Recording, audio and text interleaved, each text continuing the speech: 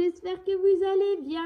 On se retrouve aujourd'hui pour voir mes outils 2025.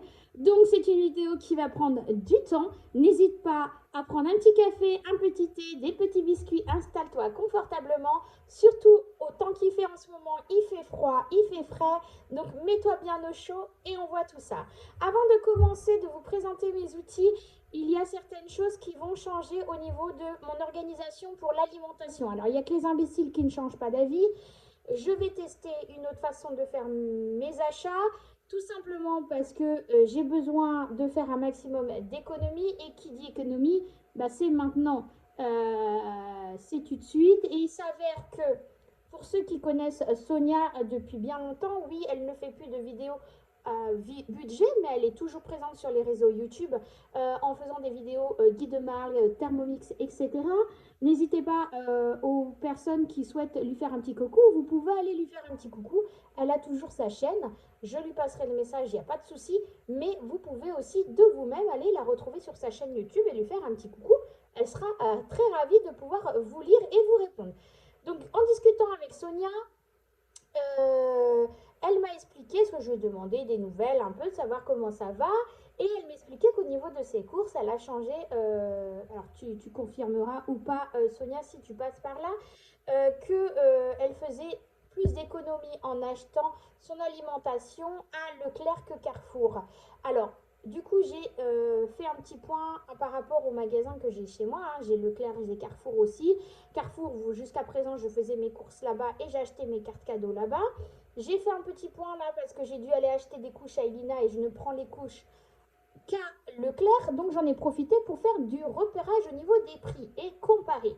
Et effectivement, sur certains articles que j'avais sélectionnés, que j'ai l'habitude de prendre régulièrement, eh bien, je me suis aperçue qu'effectivement, je payerai beaucoup moins cher les courses, enfin beaucoup, c'est là sur cette sélection, je payais moins cher mes courses à Leclerc qu'à Carrefour. Par exemple, j'aurais pris ces articles-là à Carrefour, j'aurais payé 20 euros. 20 euros, enfin j'aurais pris 20 euros, non, j'aurais pris une carte cadeau de 20 euros qui m'aurait fait gagner 90 centimes. On est d'accord? À Leclerc, il n'y a pas de carte cadeau, donc c'est du direct. À Carrefour, j'aurais payé mes courses 16 euros et quelques. À Leclerc, 14 euros et quelques. Donc 14 euros en comparé de 16, bah, c'est beaucoup moins cher. Et en plus, bah, c'est plus que 90 centimes que m'a fait gagner la carte cadeau. Vous comprenez? Même si je rajoute la différence des 14 et quelques au 16 et la carte cadeau de 90 centimes, bah, Leclerc reste moins cher. Désolée, je vous fais bouger. Leclerc reste moins cher.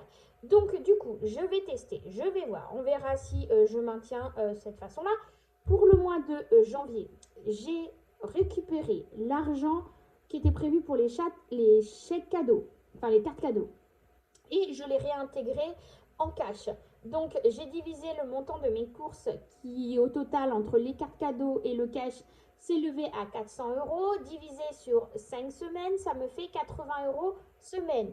Donc, j'ai récupéré l'argent, j'ai divisé l'argent. C'est pour ça que vous allez voir dans les outils qu'il y a une feuille alimentation avec les 5 semaines et le montant. Voilà, c'est pour ça que je voulais rectifier par rapport à ça. N'hésitez pas à me dire aussi chez vous comment ça se passe au niveau d'alimentation, ou est-ce que c'est le moins cher chez vous. Moi, ce que je fais, c'est que du coup, je vais faire en amont ma liste, parce que si tu fais pas de liste, eh ben, moi, je trouve qu'on dépense beaucoup plus. Là, je prends vraiment l'essentiel que j'ai besoin pour mes recettes et les articles qui me manquent à la maison. Et je vais faire une présélection sur le Leclerc Drive. Je vais regarder les montants qu'il y a dedans. En sortant de mon lotissement, il y a, enfin de ma ville, il y a le Lidl. Donc je m'arrêterai à Lidl quand ce sera les jours de course pour pouvoir eh bien, voir les prix qui est pratiqué là-bas. Si je trouve des articles qui sont moins chers, eh bien je les prendrai là-bas. Et le reste, eh ben, je prendrai à Leclerc. Donc voilà comment je vais procéder pour ce mois de janvier. Donc dans un premier temps, on va retrouver mon mot terme. Mon mot terme, ça fait un petit moment qu'il est là. Encore une fois, je préfère le préciser, il y a effectivement des articles que j'aimerais acheter parce que c'est vrai que c'est beau, c'est mignon, c'est joli, c'est tout cute, c'est voilà, c'est mais je veux faire un maximum d'économies et je ne veux pas me disperser dans les différents achats. Donc, je recycle ce que j'ai. J'ai fait quelques achats, mais sur Vinted. Comme ça, en ayant aussi l'assurance que je les paye moins cher que si je les aurais achetés sur la boutique Temu, Shein, etc. Hein, parce que sinon, je ne vois pas le projet. Je veux bien consommer d'occasion, mais à condition aussi que je fasse des économies. Ce n'est pas c'est pas pour consommer plus cher en fait, hein. Enfin payer plus cher. Donc j'ai racheté quelques enveloppes chez Vinted, du coup sur Vinted, mais le reste je recycle tout. Donc en ce qui concerne mon mot terme, bah, vous le connaissez, c'est pas d'aujourd'hui que je l'ai celui-ci. Je l'avais acheté à l'époque sur AliExpress, il me semble, celui-ci. Voilà, donc là, qu'est-ce que j'ai fait concrètement? J'ai simplement refait des petites étiquettes dans mes enveloppes A7. D'ailleurs, il faut que je refasse. Là, par contre, je pense que je ne vais pas avoir le chat, si je ne les trouve pas sur Vinted, de racheter des enveloppes A7 parce que les miennes commencent à être fatiguées. Donc, j'en ai 3, 6, 7. Il faudrait que je rachète 7 enveloppes comme ça pour pouvoir les basculer parce que celle-là, elle commence à être fatiguée. Voilà, si je trouve, pour l'instant, je fais avec celle-là et on verra bien. Donc là, j'ai refait des petites cartes en thème, toujours avec mon planeur, hein, que vous verrez après, avec les petites fleurs. Donc il y a l'alimentation, il y a la santé, il y a Ilina, il y a Iliam, il y a loisirs et restaurants, il y a divers et il y a Isis. Alors, il n'y a pas l'enveloppe Enora parce qu'Enora, maintenant elle est grande, hein, elle se gère elle-même au niveau de son argent de poche. Donc, je lui donne pour pouvoir faire ses achats. On retrouve ce vieux classeur que j'ai d'ailleurs, il va falloir que je fasse un petit coup de lavage parce qu'il commence à être fatigué. On retrouve du coup mes enveloppes pour mon remplissage et les économies de chaque semaine, fin de mois. Hein. Donc là, moi, je commence seulement ma première semaine. Vous savez que moi, mes revenus, c'est la CAF. Je suis en congé parental. Et du coup, qui dit CAF dit payer le 6. Donc, du coup, je commence moi seulement ma première semaine. Donc, du coup, voilà le nouveau tracker que j'ai mis en place pour chacune des semaines. Vous êtes beaucoup à utiliser aussi ce système-là sur différentes chaînes aussi. Il y a ce système-là avec les 5 semaines et on vient cocher le montant qu'on va mettre chaque semaine. Et une fois qu'on les a mis chaque semaine, donc là, moi, c'est pareil, je les ai fait au thème, pareil, avec les petites fleurs roses par rapport à mon budget planner, que vous allez voir après. Donc, il y a le tracker et l'enveloppe qui va avec. J'ai pas voulu faire des enveloppes comment dire, avec la plastifieuse. Hein. J'ai voulu vraiment recycler mes enveloppes que j'avais. Donc, voilà, j'ai fait pareil pour le d'hiver. Donc là, par contre, d'hiver, je n'ai pas budgétisé de 5e semaine. Donc, il n'y a que 40 € pour le mois. Pour la santé, la santé, s'il me reste de l'argent à la fin du mois dans l'enveloppe santé, je le rajoute ici pour, comme je disais, pour prévoir les dépenses telles que l'ostéo ou alors des produits en pharmacie qui ne sont pas pris en charge. Pareil pour Isis, je le mets ici pour prévoir s'il y a un jour besoin d'aller chez l'ostéo, non, chez le veto, etc. Ilina, c'est pareil, je garde ici, j'aimerais avoir 50 € dans cette enveloppe. Si éventuellement j'ai besoin, je prends avant, hein, et puis voilà, sinon dès que j'ai atteint les 50 €, j'arrêterai de la remplir. Et ici, j'ai une petite enveloppe pour les frais d'école de Enora, et là, c'est essentiellement l'argent que me donne son papa pour m'aider à payer les frais scolaires. Pour rappel, il ne me donne pas de pension alimentaire, mais il m'aide à payer tout ce qui est frais pour sa fille, donc que ça soit l'école, que ça soit les loisirs, que ça soit les vêtements, etc. Voilà pour ce petit classeur. Ensuite, on retrouve celui-ci, c'est mon Filofax or que j'adore, que j'avais acheté à ma copine Linda. D'ailleurs, n'hésitez pas à aller la retrouver sur YouTube. Hein. Elle revient en force sur YouTube en vidéo et ainsi que sur TikTok. Donc, n'hésitez pas à la retrouver. Ici, donc, on va retrouver... Alors, j'ai ici des défis. qu'on m'a envoyée. Une de vous, je ne citerai pas le nom parce qu'elle a pas voulu, elle voudrait pas, enfin, elle veut pas que je la cite. Donc elle m'a envoyé des défis qu'elle n'utilise pas ou qu'elle avait l'intention de faire mais qu'elle ne va pas utiliser. Donc c'est très gentil à toi. Je te remercie énormément. Mais c'est vrai que moi je ne fais pas forcément de défis. Comme vous savez, mais du coup je me suis dit bon, elle me les a envoyés gentiment, peut-être que je vais les utiliser, il faut que j'y réfléchisse. Normalement, à la base, moi, quand je fais mon bilan de semaine et mon bilan de fin de mois, je me suis fait ce petit. Donc, c'est ces enveloppes-là que j'ai achetées sur Shein, n'importe quoi, sur Vinted.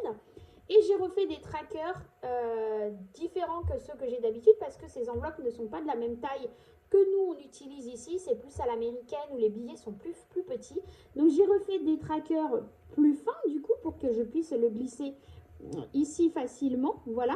Donc là, je me suis fait un défi monnaie parce que comme vous savez, moi, je ne récupère l'argent et après, je le dispatche pour les épargnes. Donc, mais avant de dispatcher dans les épargnes, il y a certaines catégories qu'il faut que je remplisse en amont. Donc là, je mettrai ici la monnaie. Alors, une fois que j'atteins un certain nombre de pièces qui peut être transformé en billets, je les mettrai d'ailleurs. Ici, d'ailleurs, il y en a déjà, il y a 30 euros que j'ai de 2024, les derniers mois que j'avais gardés, parce que je savais que j'allais revenir en cash et du coup, je voulais commencer à mettre un peu de côté. Donc, du coup, j'ai déjà 30 euros et en fait, cette enveloppe-là va me servir uniquement pour moi, me faire des petits plaisirs, voilà, pour acheter mes produits, etc., que j'ai besoin, notamment si je vais chez Aromazone très bientôt, normalement, avec ma copine Linda.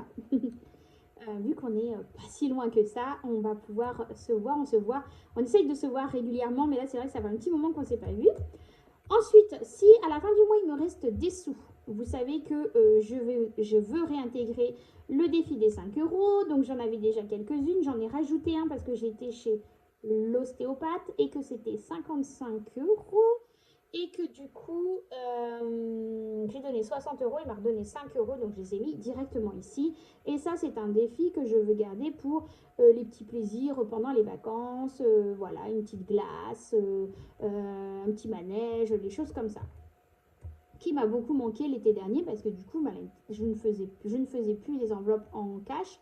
Donc du coup, ça m'a manqué. Ensuite, il y a cette enveloppe-là. Alors, je les ai classées par ordre de priorité pour moi. Celle-ci, c'est vraiment celle qui est la plus urgente pour moi parce que c'est celle pour la réserve des factures dans le sens où si je ne venais pas à reprendre, et je pense que je ne reprendrai pas à l'hôpital, du coup, ça veut dire qu'il n'y aura plus de revenus, plus de congé parental, j'aurai très peu d'aide et qu'il va falloir que je retrouve un travail en privé.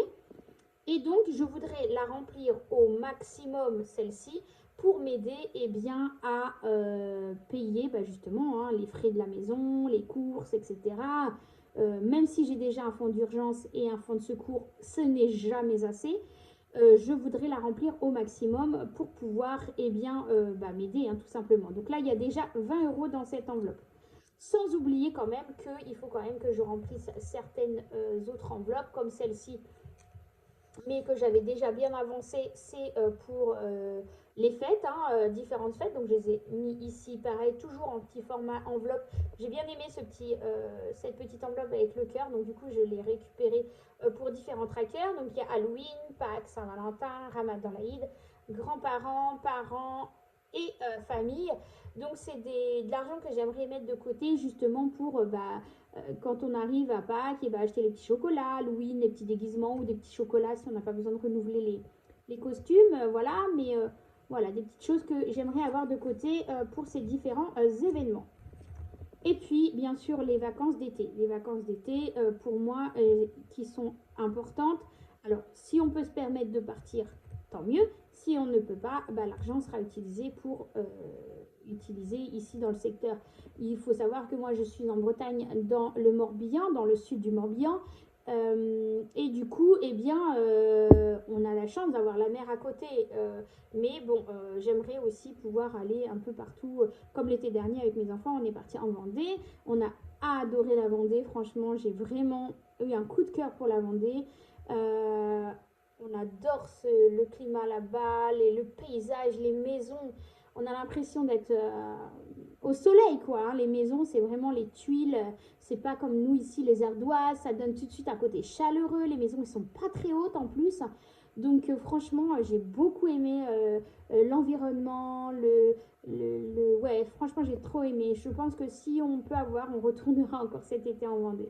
Même s'il y a plein d'autres coins en France à visiter, mais là, j'ai vraiment envie de retourner en Vendée. J'ai vraiment aimé le paysage. Donc voilà, ici, bah, si je peux me permettre, je mettrai de l'argent ici, mais ça, c'est pas une priorité.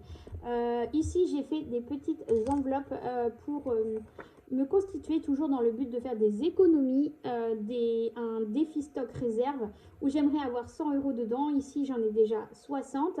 Donc, je n'ai pas commencé là de le mois de janvier, hein, on commence seulement le mois. Ça fait plusieurs temps que j'avais l'argent de côté et que j'ai dispatché ici pour pouvoir, eh bien, une fois que j'aurai 100 euros, j'aimerais pouvoir aller m'acheter des pâtes, du riz, des conserves, de la viande. Voilà, dès que j'aurai atteint 100 euros, j'irai acheter. Je referai. Dès que j'ai 100 euros, je retourne. Voilà, pour me constituer un stock, justement, avant que je me retrouve avec des revenus bas pour pouvoir eh bien, subvenir aux besoins de mes enfants et de moi-même au moment où bah, j'aurai une perte de revenus. Alors vous allez me dire oui, Angélique, c'est pas judicieux ce que tu as l'intention de faire. Tu as des enfants, tu n'es pas toute seule. Effectivement, c'est mûrement réfléchi. Ça fait des années que j'ai envie de changer de vie. Ça fait des années que j'ai envie de faire autre chose parce que ma santé fait que le travail d'aide-soignante, c'est très pesant. J'ai énormément de séquelles au niveau des articulations, au niveau du dos, suite à mon travail d'aide-soignante. Ces 10 dernières années, j'étais mise dans un bureau où j'ai apprécié mon travail et dans lequel on avait besoin d'une aide-soignante hein, par rapport à mes compétences et par rapport à ma vision hein, en tant que soignant sur le poste où j'étais. Sauf qu'aujourd'hui, bah, j'ai bien compris hein, que le fait que j'ai pris un congé parental, ça n'a pas plu et que il y aurait comment dire, pas des textes de loi, mais des décrets qui sont passés comme quoi je ne peux plus aller dans les bureaux étant aide-soignante. Du coup, je suis obligée de reprendre mes fonctions malgré que j'ai avec comment dire, des restrictions hein, médicales, donc qui seront dans l'obligation de me trouver un poste aménagé, mais qui dit aide-soignante dit un poste d'aide-soignante, et les aides-soignantes, on commence tôt le matin, on termine soir le soir. Moi, je suis toute seule avec mes enfants, je n'ai personne pour les emmener à la garderie le matin de l'école, ni à la garderie le soir pour les récupérer. Donc, je me retrouve sur le fait accompli que je n'ai pas le choix de prendre une dispo parce que l'hôpital, et je comprends hein, que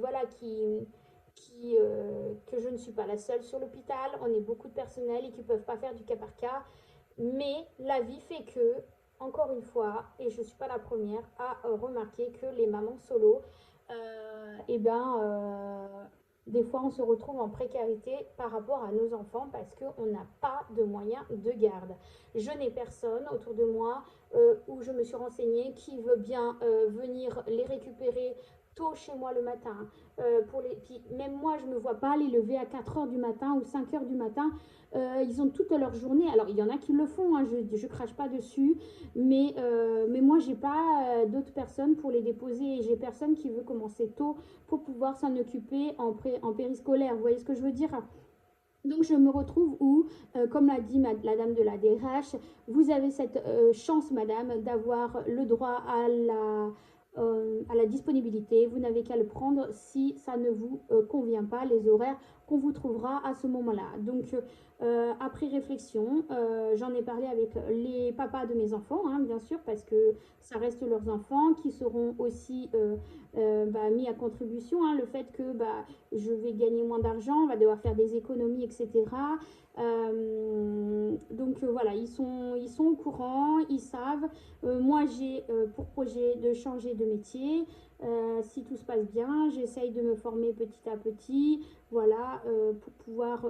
Et puis si je ne peux pas, eh bien je trouverai hein, un autre travail en privé qui puisse correspondre aux horaires de mes enfants pour pouvoir eh ben, quand même avoir un minimum de revenus. Bref, déjà que la vidéo est longue, mais alors là, ça va être encore pire. J'ai fait une autre enveloppe aussi pour les enfants. Donc, C'est pour les parcs de loisirs, tout ce qui est parc d'intérieur, etc.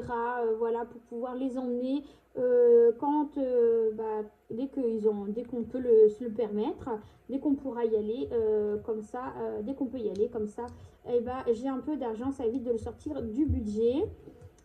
Ici, ça c'est des enveloppes que je mets chaque budget mensuel, hein, dès que je fais mon budget mensuel. Alors pour l'instant, je peux me permettre, je le fais. Maintenant, on verra quand je n'aurai plus ces revenus, si je peux continuer à faire ou ça sera mis avec les économies, hein, tant pis, hein, de chaque mois. Donc il y a l'enveloppe Noël, il y a l'enveloppe anniversaire. Donc ils sont constitués comme ceci, hein. Ces deux plaquettes, les deux font 600 euros. Voilà. Et ici, c'est les enveloppes de mes enfants où quand je peux, je mets 20 euros chaque mois. Donc là, le mois de janvier, ils ont déjà leurs 20 euros. Donc ça, c'est mon classeur que je remplirai avec mes économies de semaine et de mois. Maintenant, passons au vif du sujet. Mon planeur, mon budget. J'ai récupéré, toujours dans le but d'éviter de faire trop d'achats, ce planeur que j'avais acheté à Action, que je n'avais pas utilisé. Parce que, oups, excusez-moi, je vous fais bouger, je vous remets bien.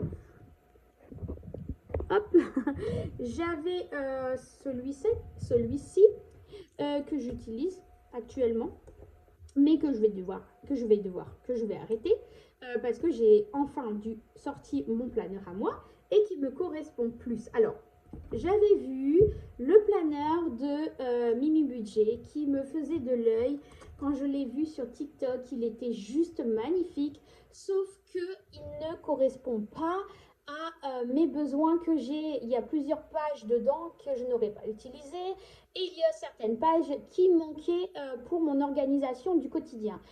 Je vous ai parlé la dernière fois que j'aimais avant utiliser un happy planner ou alors mon carpe diem à l'époque où je notais tout, que ce soit mon budget, mon organisation, ma routine, etc.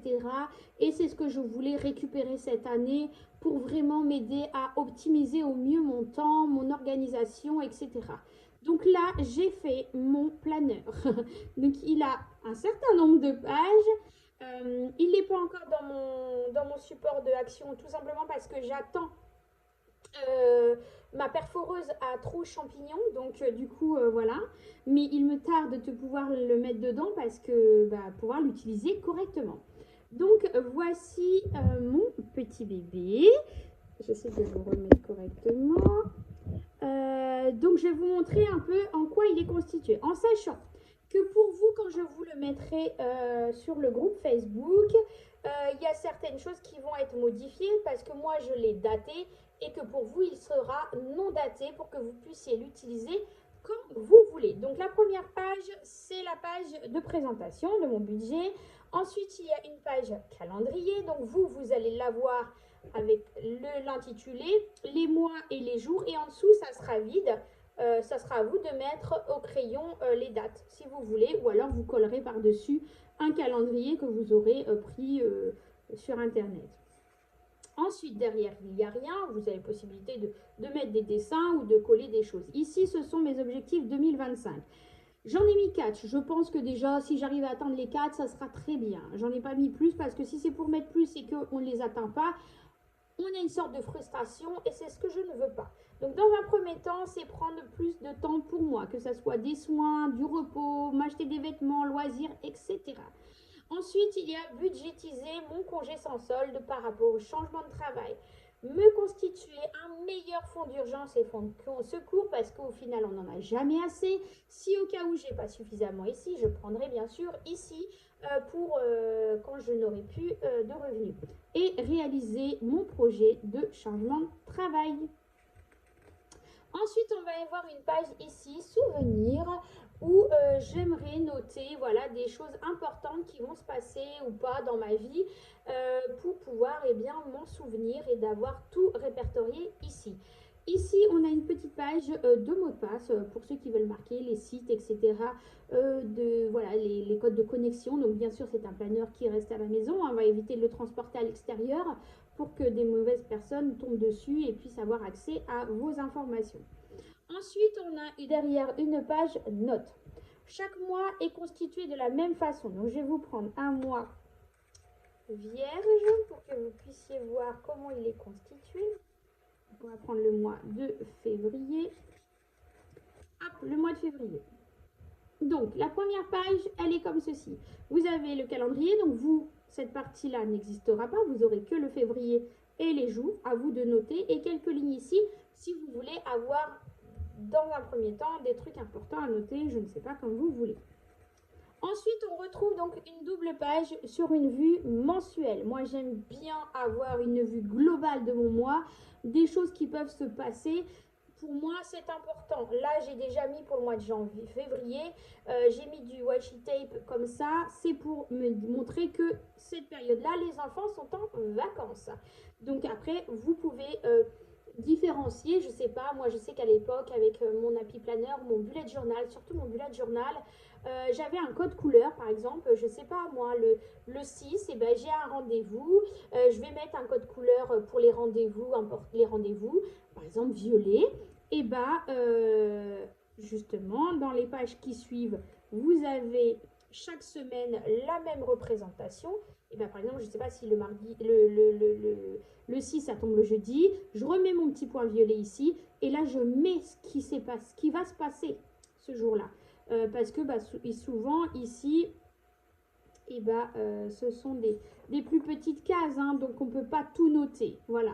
Si c'est quelques petits trucs, ça va, mais si c'est un truc où vous voulez détailler, eh bien vous mettez petite note, une petite couleur et vous répartez ici sur la page qui correspond votre rendez-vous. Voilà. Si besoin. Donc, il y a la page ici de toute la semaine. Vous allez mettre vos dates, vous notez ce que vous avez, des choses importantes chaque semaine à faire. Ici, des points importants à ne pas oublier dans la semaine. Ici, des idées repas, menus. Hein. Vous avez les jours de la semaine. Vous avez 2 lignes à chaque fois pour le midi et le soir. Et ici, des petites routines ménage. Je ne sais pas, le lundi, vous faire la salle de bain, le mardi, la salle de vie, le mercredi, les chambres, voilà, je ne sais pas. Moi, j'ai besoin de ça pour m'organiser et ne pas perdre pied et de savoir où j'en suis dans mon organisation du quotidien. Après, libre à vous aussi de mettre des décos, des petits stickers, des petits washi tape, comme vous voulez, en fait, ce que vous voulez. Donc, il y a 5 semaines comme ça à chaque fois, parce qu'il est non daté, donc j'ai mis, enfin, pour vous, il sera non daté. Donc, du coup, j'ai mis 5 semaines comme ça, identiques. À la fin du mois, on retrouve mon budget mensuel. Donc, vous, il sera vide, hein, bien sûr. Moi, il est déjà pré-rempli pour moi, mais pour vous, il sera vide. Donc, vous avez la partie revenu, la partie charge, la partie enveloppe du quotidien, la partie épargne mensuelle, pour ceux qui, comme moi, font des enveloppes mensuelles. Ici, les épargnes, parce que moi, une fois que j'ai retiré les charges, les enveloppes du quotidien, mes enveloppes mensuelles de mon revenu, ce qu'il me reste, ça part en épargne pure. Voilà, donc du coup, voilà pourquoi j'ai mis épargne ici. Et donc ici, on a un récapitulatif où vous allez mettre le revenu, les charges, les enveloppes, les épargnes mensuelles et les épargnes ici. Et ce qu'il vous restera sur votre compte à la fin du mois. Sur l'autre partie d'en face, vous allez retrouver le bilan du mois des dépenses. Alors moi, comme vous savez, je traque uniquement l'alimentation. Mais vous allez avoir 2 fois cette partie-là, où vous allez avoir une petite ligne ici, où vous mettrez la catégorie que vous allez vouloir traquer. Donc il y aura différentes feuilles. Moi là, celle-ci, c'est la mienne où j'ai mis les cartes cadeaux. Et en dessous, j'ai mis un récapitulatif de mes enveloppes du quotidien pour voir ce qu'il me reste à la fin du mois. Voilà, tout simplement. Et ainsi de suite pour chaque mois. Ensuite, à la fin du mois, on retrouve une partie info où on va avoir donc une partie charge mensuelle. Vous allez noter vos factures mensuelles, régule d'électricité, régule d'eau, si vous payez votre assurance voiture à l'année, pareil pour l'habitation, je ne sais quoi. Voilà, si vous avez quelque chose qui se paye chaque année à la même période, vous pouvez le noter ici. Ensuite, il y a cette page-là, objectif épargne, où une abonnée m'a demandé si je pouvais la mettre en place dans le planeur.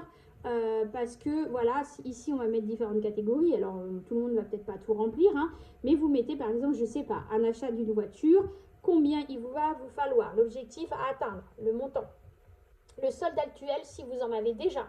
Si vous avez déjà un peu d'argent de côté, que vous avez commencé à mettre de côté, combien vous avez, ce qui va vous manquer hein, par rapport à ce que vous avez et l'objectif.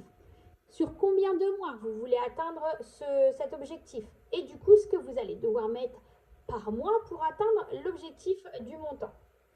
Ensuite, il me semble que ensuite, oui, c'est la partie anniversaire. Donc, je vais cacher tout simplement parce que je ne veux pas que les personnes de ma famille voient combien je l'attribue. J'attribue en montant pour chacun. Hein, c'est propre à moi. Combien je mets à chacun. Donc, on va retrouver la page de gauche, les objectifs. Non, ici, pardon. Les anniversaires. Donc, les anniversaires, pareil, j'ai remis le même format et vous mettez chaque mois les anniversaires des personnes qui est concernée. De l'autre côté, vous retrouvez la page budget Noël et anniversaire. Donc, vous avez une première colonne où c'est des petits carreaux, hein, comme ici. Il y en a plusieurs. Vous allez marquer le nom de la personne à qui vous voulez faire un cadeau. La date d'anniversaire, ici, sera la date d'anniversaire pour la personne. Combien vous mettez pour l'anniversaire de chaque personne. Ici, il y a une petite bulle où vous cocherez quand vous avez mis le montant. Et pareil pour Noël, le montant ici dans la petite case. Et quand vous avez mis, vous pouvez le cocher. Ensuite, plus bas, moi, j'ai fait, voilà, je vais vous montrer comment c'est présenté. C'est présenté comme ça. Ensuite, moi, j'ai mis des petites cases ici. Alors, vous n'allez pas avoir ces deux parties-là, vous allez avoir que cela. Moi, j'ai mis comme ça, un repas anniversaire, repas Noël, calendrier pour Noël. Après, vous mettez ce que vous voulez. Moi, j'ai besoin de 3 fois 100 € pour les anniversaires de mes enfants. Donc, c'est pour ça que j'ai mis des petites bulles. Je coche pour mes 3 enfants. Repas de Noël, c'est 100 €. Quand j'ai atteint les 100 €, je mets ici. Et 50 € pour les calendriers. Voilà pour cette partie-là. Ensuite, on va retrouver la partie bilan. Donc, dans la partie bilan, on va retrouver la double page, bien sûr, sur le bilan annuel, où chaque mois, vous allez venir noter en fin de mois ou en début de mois, hein, comme vous voulez, les revenus, les charges que vous avez payées chaque mois, c'est par exemple le mois de janvier, combien vous avez mis dans vos enveloppes quotidiennes, combien vous avez mis dans vos enveloppes épargne, pardon, ce qu'il vous reste de votre enveloppe quotidien, hein. Du coup, ce qu'il en découle, c'est de combien vous avez dépensé. Qu'est-ce qui vous reste? Moi, ici, ça me donnera le montant que vous avez dépensé. Et par rapport à ce montant que vous avez dépensé, combien vous allez garder pour rester pour les épargnes. Voilà. Ensuite, vous allez retrouver une double page épargne. Alors ça, c'est plus pour vous, mais je voulais vous montrer comment elle était présentée. Où vous allez chaque mois pouvoir noter, donc ici, les épargnes que vous faites. Et pour le mois de janvier, combien dans cette épargne vous avez mis, ainsi de suite, jusqu'au fin de l'année prochaine, cette année 2025, pour voir combien dans chaque épargne vous avez mis de côté chaque mois. Ensuite, vous allez retrouver une autre suivi d'épargne ici, où vous allez traquer pour ceux qui ont un peu à la banque et à la maison. Vous m'avez demandé aussi d'avoir cette fiche-là, où vous allez pouvoir marquer ce que vous avez à la banque, ce que vous avez à la maison, pour chacune des épargnes, ainsi de suite. Et ici, la fiche des bilans annuels des épargnes. Telle épargne en 2025, j'avais tant. En 2025, il y a tant. Et ainsi de suite chaque année pour suivre l'évolution de chaque épargne. Combien on arrive à mettre en une année, par exemple. Et puis, la page de fin, hein, la page de derrière de mon planeur qui est comme ceci avec mon logo derrière. Voilà, voilà mon planeur. J'espère qu'il vous plaira, qu'il pourra être utile à certaines personnes qui auront décidé de l'imprimer. Donc, je vous avoue que c'est beaucoup de pages. Vous allez l'imprimer. Alors, moi, je l'ai. Alors, soit vous le faites imprimer par un imprimeur, hein, où il va vous le sortir directement en A5 en recto verso. Voilà. Ou alors, eh bien, vous faites comme moi, vous sortez les pages. Alors, il faut savoir que moi, je l'ai mis en mode portrait. en taille échelle 100%. Ça veut dire que cette partie-là va se retrouver en plein milieu de ma feuille A4. D'accord? Et une fois que je l'ai imprimée, il a fallu que je la mette à l'envers au niveau des feuilles pour imprimer le recto. Hein, voilà, tout simplement. Mais après, si vous avez votre machine qui fait recto verso, bah, ça va se faire tout seul, tout simplement. Voilà, donc je l'ai déjà taillé en format A5. Après, vous pouvez le sortir en A4, hein, c'est pas un problème. Il sortira en A4 aussi si vous ne modifiez pas l'échelle. Voilà comment est constitué mon budget, mon planeur. J'espère qu'il va vous plaire, qu'il vous plaira. Moi, j'ai pris un plaisir à le créer et j'ai hâte de pouvoir bien l'utiliser correctement une fois qu'il sera dans mon support. Voilà. En attendant, je vous fais plein de gros bisous. Prenez soin de vous, prenez soin de votre famille. Si tu n'es pas encore abonné, n'hésite pas à cocher la petite cloche. Partage autour de toi, mets-moi un petit commentaire, mets-moi une petite rose du coup. Si tu as vu jusqu'à la fin la vidéo, mets-moi une petite rose en commentaire. Je saurai que tu auras regardé jusqu'à la fin ma vidéo. Je te fais plein de gros bisous et je te dis à très bientôt pour une nouvelle vidéo. Ciao, ciao!